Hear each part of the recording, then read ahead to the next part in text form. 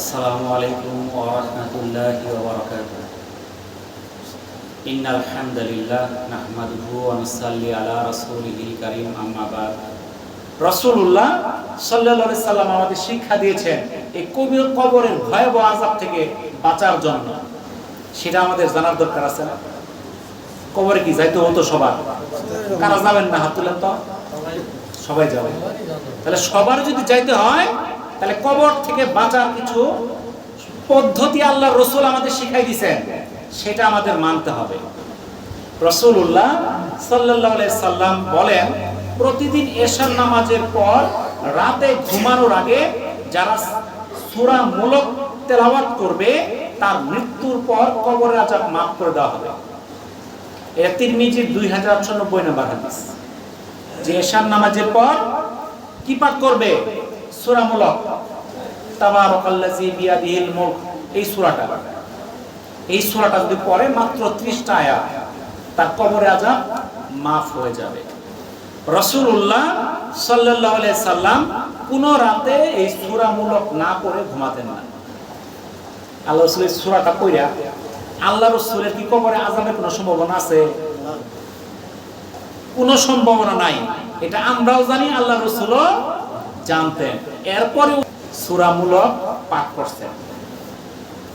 আর আমরা তো দুনিয়ার মধ্যে ভালো মন্দ এমন কোনো বাদ নাই যে করার বাকি আছে, এরপরও আমাদের মধ্যে ভয়ের সৃষ্টি হয় না যে কবরের মধ্যে আমার আযাব আছে।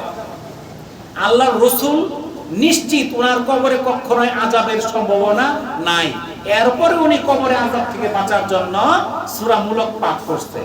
আর আমরা জানি আমাদের কবরে আযাবের সম্ভাবনাই বেশি, এরপর আমরা পাঠ করি না। আব্দুল্লাহ বিন মাসউদ রাদিয়াল্লাহু তাআলা থেকে বর্ণিত, তিনি বলেন, কবরস্থিত ব্যক্তির কাছে পায়ের দিক থেকে ফেরেশতা শাস্তির জন্য আসে। তখন তার পদদ্বয়ে বলে, আমার দিক থেকে আসার রাস্তা নেই, কেননা সে প্রতিদিন সূরা মুলক পাঠ করত। তখন তার সিনা অথবা পেট বরাবর সেই আযাবের ফেরেশতা আসতে চায়। তখন সিনা অথবা পেট বলে, আমার দিকে আসার কোনো রাস্তা নেই, কেননা আমার মধ্যে সূরা মুলক সে ভালোভাবে ধারণ করেছিল।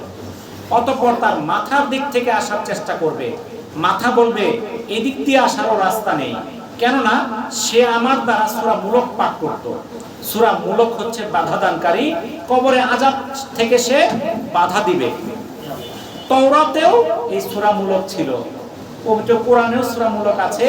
এর আগে যে একটা আসমানি কিতাব ছিল তাওরাত, সেটার মধ্যে সূরা মুলক ছিল। যে ব্যক্তি তা রাতে পাঠ করে সে অধিক এবং পবিত্র উৎকৃষ্ট আমল করে। এটা নাসাইর একটা হাদিস। হযরত বারা বিন আযিব রাদিয়াল্লাহু তাআলা আনহু থেকে বর্ণিত, তিনি বলেন, আমরা রাসূলুল্লাহ সাল্লাল্লাহু আলাইহি সাল্লামের সঙ্গে জনৈক আনসারী সাহাবীকে শরীক হওয়ার জন্য বের হলাম। তখনও কবরের খনন কাজ শেষ হয়নি। রাসূলুল্লাহ সাল্লাল্লাহু আলাইহি সাল্লাম কিবলামুখী হয়ে বসে পড়লেন। আমরাও তার চারপাশে বসে গেলাম।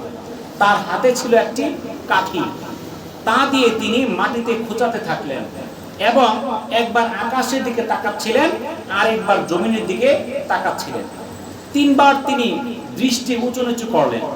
অতঃপর বললেন, তোমরা আল্লাহর কাছে কবরের আযাব থেকে আশ্রয় চাও। কথাটি তিনি 2 বার কিংবা 3 বার বললেন। তারপর তিনি এই দোয়াটি বললেন, আল্লাহুম্মা ইন্নী আউযু বিকা মিন আযাবিল কবর। হে আল্লাহ, আমি আপনার কাছে কবরে আযাব থেকে আশ্রয় চাই। এটা সহিহ বুখারী 1377 নম্বর হাদিস। আমরা নিশ্চিত জানি, আল্লাহ রাসূলও জানতেন তার কবরে কোনো আযাব হবে না, এরপরও কি করতেন? আল্লাহুম্মা ইন্নী আউযু বিকা মিন আযাবিল কবর, কবরে আযাব থেকে মুক্তি চাইতেন। আর আমরা এটা পড়ি না।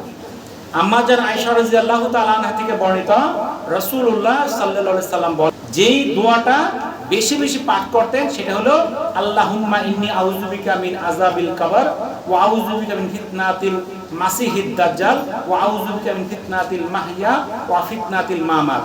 আল্লাহুম্মা ইন্নী আউযু বিকা মিনাল মাসামি ওয়াল মাগরাম। অর্থ, কবরে আযাব থেকে, মাসিহে দাজ্জালের ফিতনা থেকে এবং জীবন মৃত্যুর ফিতনা থেকে হে আল্লাহ আপনার নিকট আশ্রয় প্রার্থনা করছি। হে আল্লাহ, গুনাহ এবং ঋণগ্রস্ততা থেকে আপনার থেকে আশ্রয় চাই। এটা সহিহ বুখারীর 794 নম্বর হাদিস। হযরত মুনাইজ রাদিয়াল্লাহু তাআলা আনহু থেকে বর্ণিত, রাসূলুল্লাহ সাল্লাল্লাহু আলাইহি সাল্লাম বলেন, যে ব্যক্তি সকালে এই বাক্য বলে, রাদিতু বিল্লাহি রাব্বা ওয়া বিল ইসলামি দীনা ওয়া বি মুহাম্মাদিন নাবিয়্যা সাল্লাল্লাহু আলাইহি ওয়াসাল্লাম, যার অর্থ আল্লাহকে প্রভু হিসেবে, ইসলামকে দ্বীন হিসেবে এবং মুহাম্মদ সাল্লাল্লাহু আলাইহি সাল্লামকে নবী হিসেবে গ্রহণ করতে পেরে আমি সন্তুষ্ট এবং খুশি। এই ঘোষণাকারীর জন্য আমি দায়িত্ব গ্রহণ করছি যে তার হাত ধরে তাকে আমি জান্নাতে প্রবেশ করাবো। তাহলে কি দোয়াটা কি কঠিন? আমরা সকাল সন্ধ্যায় দোয়াটা পাঠ করব, রাদিতু বিল্লাহি রাব্বা ওয়া বিল ইসলামি দীনা ওয়া বি মুহাম্মাদিন নাবিয়্যা ওয়া রাসূলা সাল্লাল্লাহু আলাইহি ওয়াসাল্লাম। এই দোয়াটা আমরা পাঠ করব। আমরা যে আলোচনাগুলো শুনলাম, আল্লাহ তাআলা আমাদের সকলকে আমল করার তৌফিক দান করুন, আমিন। ওয়া আখিরু দাওয়ানা আনিল হামদুলিল্লাহি রাব্বিল আলামিন। আসসালামু আলাইকুম ওয়া রাহমাতুল্লাহি ওয়া বারাকাতুহু।